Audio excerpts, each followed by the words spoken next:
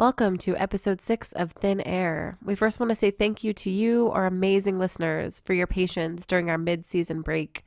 We used that time to research quality stories, gather original content, and to make sure the remainder of our season is as good as it possibly can be. One of our goals on our Patreon is to become a more frequent podcast. We love doing this and dream of a day when this can be our full-time job.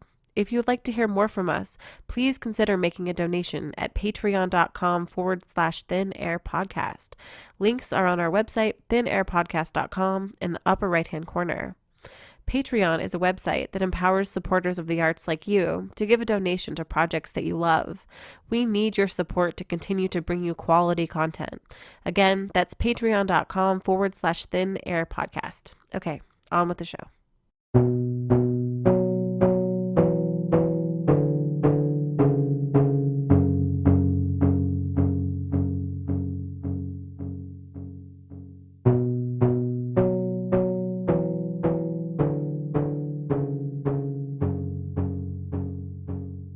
Timmothy Pitzen was just 6 years old when he went missing. The protocol for when a child goes missing, as opposed to an adult, is understandably different.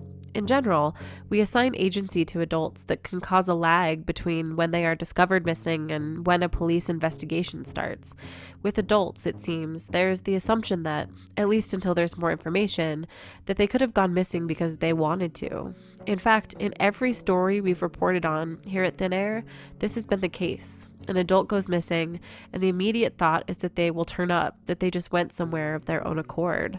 As we've seen, this can have a devastating impact on what evidence remains for any future investigation. With children, there's an urgency, more of an assumption that the child could be the victim of foul play, possibly being taken by someone they don't know. We've all heard of horrific cases where this happens, and it would be hard to say that there wasn't a time more heartbreaking and more overwhelming for a parent, a community, and anyone who cares for the missing child than when they are taken by someone unknown. In general, these cases are more emotionally charged, so people act, and act more immediately than they do with adults. The fear of a predator kidnapping children typically motivates instantaneous investigation and media coverage, and many local and federal government systems have been put into place to help in these cases. For example, it's federal law that there be no waiting period for taking a missing persons report for anyone under 18, as well as the well-known Amber Alert system, sending statewide communications to the public in order to aid local searches for missing children. And because of the strong emotional component of a non-familial abduction, the media covers these cases extensively. However, the reality of most child disappearances is somewhat different. A majority of the time, children, when they are identified as missing, it's because they either ran away or were taken by someone in their family. According to the Center for Missing and Exploited Children, 86% of the cases they assisted with were endangered runaways, and 10% were family abductions. Only 1% was non-family abductions. Timmothy Pitzen is one of the 10%, last seen with his mother in the spring of 2011. When a family member takes a child, police often have a hard time knowing the level of danger. It's a bit of a gray area, especially if the abducting parent has custody. In this case, Timothy's mother Amy had full custody along with her husband Jim, was a devoted and loving mother, and left with Timothy, telling no one where they were going, on a day that was ordinary, routine. Daniel has the baffling and frustrating case of Timmothy Pitzen.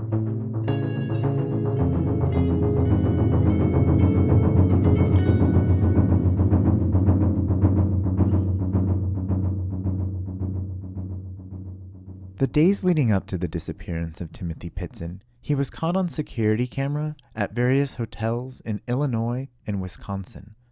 The footage is eerie to watch now, in hindsight, but to an outsider, Amy and her son Timothy look like any other loving mother and son.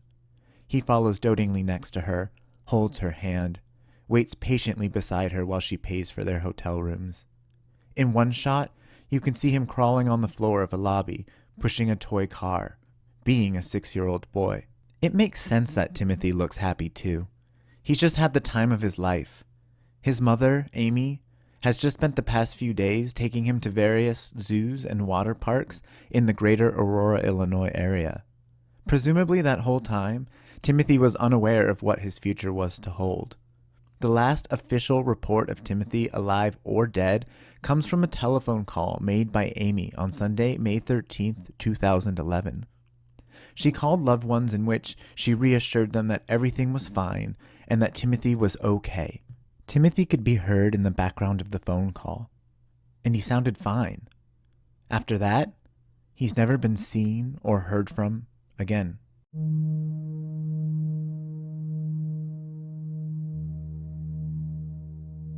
When the news of Timothy's disappearance broke, it made national headlines. And since then, Timothy's father, James, who prefers Jim, has been interviewed by People magazine and appeared on shows like The Hunt with John Walsh. I too got to speak to Jim, and he helped me piece together the bizarre disappearance of his 6-year-old son, Timmothy Pitzen.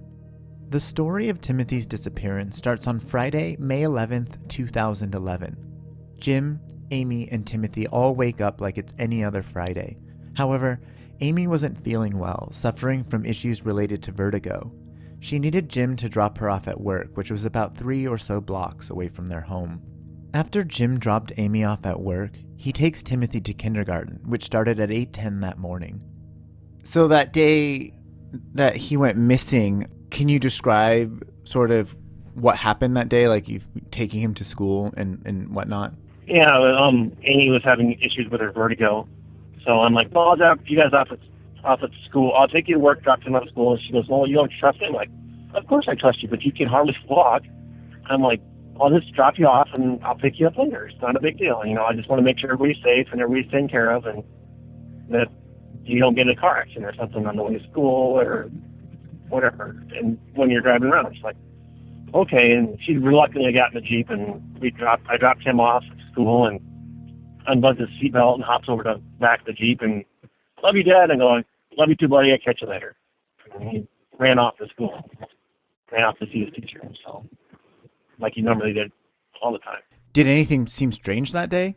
No, she just said, I said, love you, and gave me a kiss, and then go, I'll see you tonight. I'll come pick you up after work. And she said, okay, and I watched her go in the building, and that was it. I went to work. At 8:31 a.m., not long after Jim drops Timothy off at school, Amy shows up claiming there's been a family emergency. The entire interaction is caught on surveillance video. The staff get Timothy from class, and when he sees his mother at the entrance, he runs up to her, his backpack almost as big as him. He grabs her by the hand instantly, and she escorts him out the building. Not long after Amy checks Timothy out of school, she takes her car to an auto repair shop, and while they wait, she takes Timothy to the Brookfield Zoo, a place his father says they enjoyed visiting. When their car is ready, she drives them to Key Lime Cove Resort in Gurnee, Illinois, which is about an hour's drive from Aurora, where they live. When was the moment that you realized that something was wrong? I went to pick him up from kindergarten at 10:30, and the teacher goes, well, he's already gone. I'm like, huh? What do you mean he's already gone? So I went buzzed into the office and went to the desk and asked him, I'd like to see who signed him out. And I looked and it was Amy's signature. She signed him out at like 8:15 in the morning. So not long after you had dropped her off? Yeah, not long after, dropped him off, he was gone. You show up, you realize that she's checked out, taken Timothy out, and then what did you do? I called her on the cell phone and asked her, what's going on, where are you guys at, sort of concerned. And no answer. I mean, for like 3 days. During those days, Amy was taking Timothy to different water parks and resorts in both Illinois and Wisconsin. This is the time I mentioned earlier that they are caught on security footage checking in and out of hotels. We don't know what Amy was telling Timothy during this time, but she did call family members to reassure them that everything was okay and that Timothy was alive and well. And what were the sort of the next few days like for you? Oh, a lot more making phone calls and seeing where she was. He never got a return phone call. Called a couple of her friends, called her mom, called her dad. Hunted down a couple of friends of hers from Iowa and seen if they'd heard from Amy, and they all said no. Did she call anyone in the family and let them know what was happening? On Friday, like 1 o'clock, my brother calls and says that Amy called him and said that that Timothy's hers, that she's going to do with him what she wants to, and that that she's not coming back. So Why don't you think she called you? I have no idea. The cops keep saying that she tried to call me, and that it didn't go through, or the call was dropped, or something like that. When Amy contacted your brother and said that, did he actually speak to Amy on the phone? He spoke to Amy and Timothy at the phone. And what did Timothy say? Not much. He was happy. He was playing something or something like that in the car, and Timothy goes to him, "Well, Tom says I got to go. We got to go now. So let's go, Uncle Chuck. Talk to you later."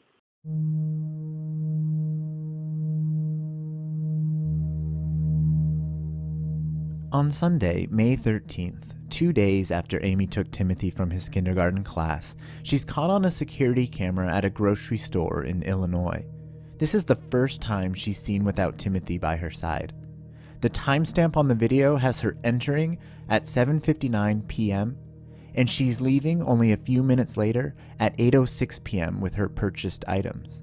She doesn't look hurried or disoriented in any way. She leaves just as casually as she entered. There are also no visible marks or cuts that would indicate that she had been in any sort of struggle. About 4 hours later at 11 p.m., Amy checks into a hotel in Rockford, Illinois.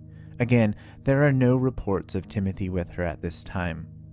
The next day, at 12:30 p.m., the Rockford Inn Hotel employees enter Amy's room. They find her dead from an apparent suicide. She had slashed her wrists and throat and taken an overdose of antihistamines.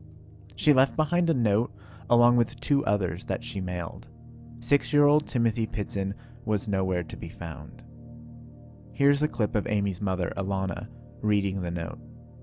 Mom, I know you are hurt and frustrated, and I wish I had something better to say than I love you, but I don't. I've never really felt that I belonged here. I've tried very hard to fit in, to be happy, to be good to those around me, but somehow I've always felt apart from everything. Tim helped with that for a while, and maybe if Jim and I had been better, I would have been okay, but everything just fell apart, and this time there were just too many pieces for me to pick up again. I can't take the chance of Jim hurting Tim because of my choices, so I've taken him somewhere safe. He will be well cared for, and he says that he loves you. Please know that there is nothing you could have said or done that would have changed my mind. I'm sorry for the hurt and difficulties I know you're going to face. I just hope you will be able to forgive me one day. Please let Brian, Kathy, Natalie, Adam, Kara, Sydney, and Phoebe know that I do love them, and it was just time for me to say goodbye. I love you, Mom. Amy.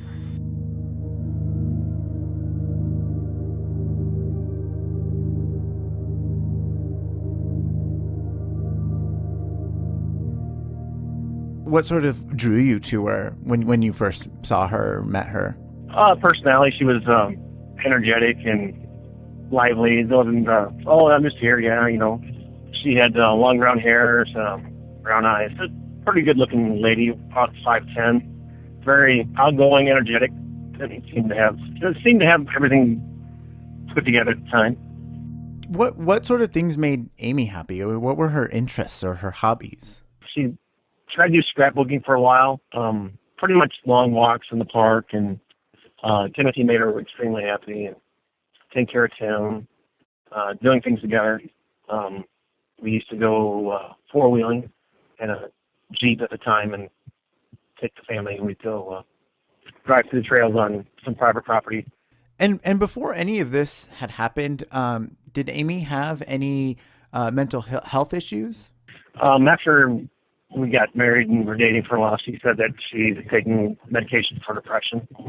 Okay, because I had seen one of the shows talking about how she had I think taken some medicine on the edge of a cliff and had fallen off of it and gotten injured.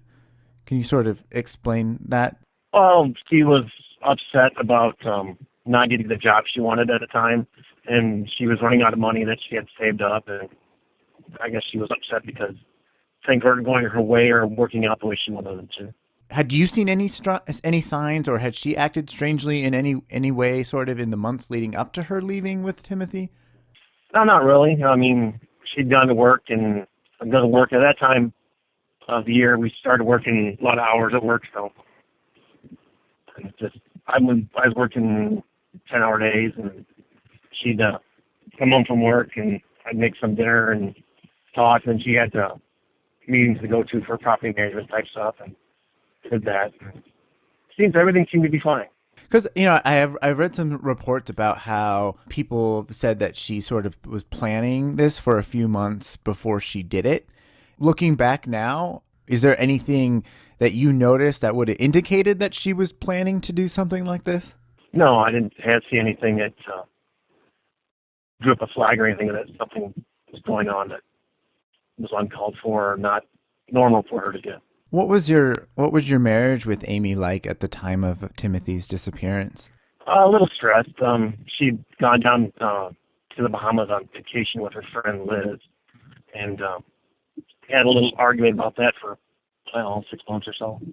And she came back, and I thought everything was better, and she got back from vacation, and she seemed happy and cheerful and stuff, excited to see everybody. How long after she got back and when she left with Timothy? Oh, a little over a week. Yeah, a week and a half probably. Yeah. Amy's trip to the Bahamas was a new revelation in my research. Jim mentioned that they argued about this trip for almost 6 months, and then, less than 2 weeks after she returns, she kidnaps her son and commits suicide in a hotel room. Despite Amy's claims in her suicide note that she, quote, can't take the chance of Jim hurting Tim because of my choices, there's no evidence that Jim has ever or would ever hurt his son. Plus, when we spoke with Jim, he suggested that, if anything, Amy's ideas of punishment were much different than his. How was Amy with him? What was their relationship like? Oh, their relationship was tight. I mean, Amy's idea of disciplining him was timeouts, which is fine. There's not a problem with that, but sometimes you have to sit in his room for being naughty, and they get along well. They never seem to have any problems. From anyone outsider's perspective, it looked like, for all intents and purposes, you were a loving, caring family. Yeah, always loving, caring for Timothy. When I was young, I didn't have a lot of things, a lot of toys and stuff, and when Timothy had pretty much all the toys I wanted when I was younger. He had a go-kart and a little mini bike and everything else. Despite their disagreements, there was nothing to suggest that Amy, Jim, and Timothy were anything but a typical American family with their own set of problems. Certainly nothing to suggest the reality in which Jim lives today. What is your life like now? Shambled once in a while. I got a lot of good friends that help me deal with a lot of different issues and stuff going on. I just worry every day and wonder where he's doing, and hopefully he's safe and being well taken care of. I wanted to know more about what Jim remembers about Timothy. Can you describe him to me? Like his personality, maybe what you remember about him the most? Oh, he's really outgoing and really smart. Like a little daredevil like his dad, jumping off things and just like having fun, like playing with the neighbor kids and topping the ice cream man and getting ice cream and coming in the house. What are you doing? Ice cream man, Dad. And I'm like, okay, so. Can you describe his physical appearance? He was about 4'2", 70 pounds, blonde hair, brown eyes, mild complexion, light complexion. He looked like he was packing on a little weight, getting ready for a growth spurt, eating everything in the house. Did Timothy enjoy school? Oh, yes, very much. I dropped him off in the morning, and actually Amy dropped him off in the morning, and I pick him up at like 10:30 after kindergarten was over. What was your relationship with Timothy like? Oh, it was awesome. He'd come down to work with me and give him a pair of safety glasses. He'd come out back, and we'd play with the workers and tell him to get to work, and he'd be like, let's go, Dad, let's got to go. I'm like, well, I can't go until this is done. And he's like, okay. And he'd go out and help everybody else and be fun. He'd go in and talk to the boss or the owner of the company and come back with a sucker or two. And I'm like, The resounding consensus from both Jim and Amy's family is their belief that Timothy is still alive. That none of them, despite Amy's mental health issues, could envision her hurting Timothy in any way. The question then becomes, if Amy didn't murder Timothy, what did she do with him? Seems like the general consensus amongst both sides of the family and even the investigators, from what I've gathered, is that Timothy is alive still. Is that something that you feel as well? yeah, I can never see Amy doing anything that hurt Timothy in any way. And I believe he's alive. So she didn't give any clues about where Timothy was, but I read that she had intimated that she had given him to people and that he would never be found. Yeah, he says that he's with somebody who loves and cares for him and was raised and fine, and he would never be found. I mean, to me, that's one of the most bizarre aspects of this case is that she says that she had given him to somebody and that he'll be fine, yet she didn't really seem to have any connections with anybody or anything out in the area that she was. Yeah, it's just a fair assessment. I mean, she had her friends from church and stuff that she did stuff with, but nothing that would lead me to think that some of them people have Timothy or would go along with what she was planning on doing. Where did the investigators originally think about where Timothy could be? They originally, I don't know. They haven't really got into that with me. There's a lot of different theories and stuff, but they never said that they thought where he was at or who he was with.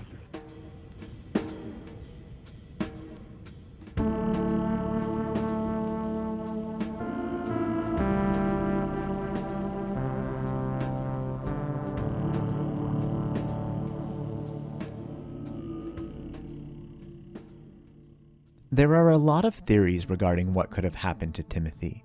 However, the only physical evidence comes from the forensic analysis of pollen and plant material found on the outside of Amy's car, as well as Timothy's blood stains found inside the car. In regards to the pollen on the outside of the car, the website The Charlie Project details the evidence recovered and the current hypothesis. They write, Amy's SUV was visibly dirty and had soil, tall grass, and weeds stuck to the undercarriage. Forensic testing on the plant and sediment materials on the car indicated it stopped for a while on a gravel area just off an asphalt road that had at one time been treated with glass road-making beads. The vehicle backed into a grassy meadow or field which contained Queen Anne's lace and black mustard plants, and would have been nearly treeless. Some oak or birch trees were in the general area, but not in the direct place where the car stopped.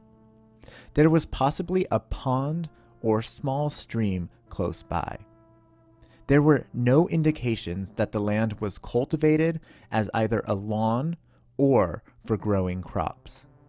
Investigators think the meadow is probably in Lee County or Whiteside County in northwestern Illinois, but they are also considering Carroll, Ogle, Stevenson, and Winnebago counties.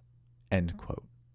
Speaking in an interview with local news reporters, a spokesperson for the Aurora Police Department had this to say in relation to the current status of the forensic analysis.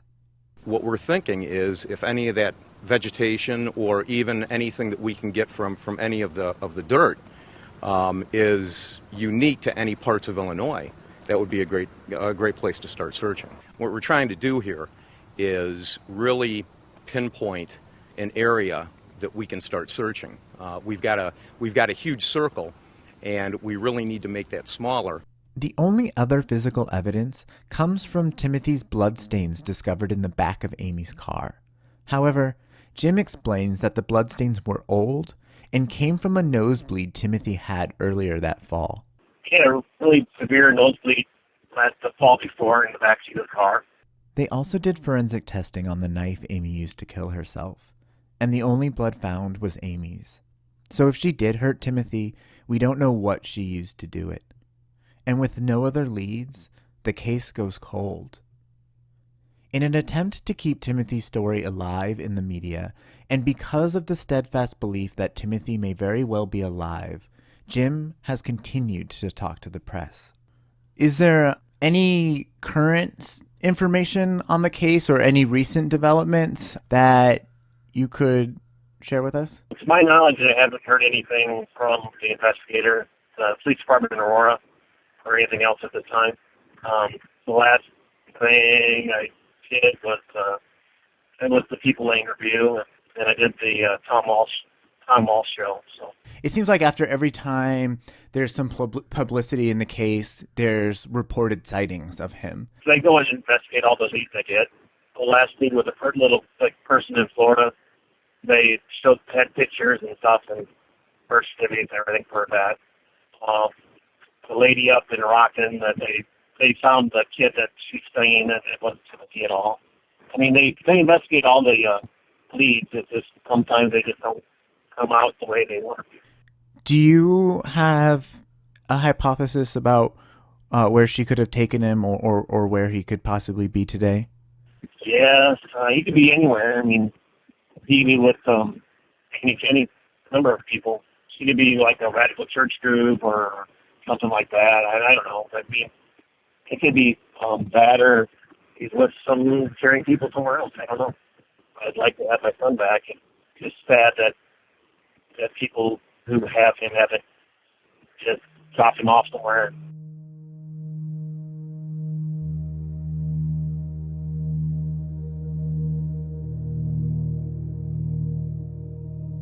There has been so much publicity around your son's disappearance that it's hard for me to imagine that whoever has him hasn't heard about this case. What would you say to the people who may have your son if you could say something to them? Please return and talk him out at the police station, and I won't be upset anymore. I'll forgive and forget. I just want my son back.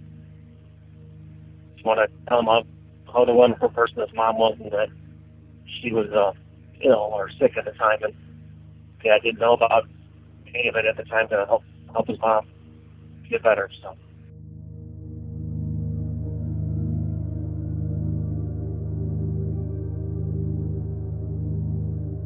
When investigating these cases, I always try to remain as objective as possible. With this case, however, I too wanted to believe that Timothy is alive. Despite the fact that Amy, someone her family insists would never hurt Timothy, wasn't thinking clearly at the time of his disappearance. Whatever happened to Timothy, it likely happened between 1:30 p.m. and 8 p.m. on Sunday, May 13th, 2011, somewhere in the northwestern section of Illinois. This might go without saying, but if you're a listener and you live in the northwestern section of Illinois, or you know someone who does, please be vigilant and on the lookout for places that fit with the descriptions I mentioned earlier in the episode. If she disposed of Timothy's body, it would likely be in the place that matches with the sediments recovered from the outside of her car. Also, and I know this might sound weird, but if a new kid just appeared in your neighborhood and he looks like the age-progressed image of Timothy, which can be viewed at our website at thinairpodcast.com, please inform your local law enforcement officials. When I spoke to Jim, we talked about the possibility of Timothy being in a household that is off the grid, without regular access to the internet or media, and maybe homeschooling children, possibly even a religious group. They might not even be aware that Timothy has a loving family that is looking for him. Today, Timothy would be 11 years old.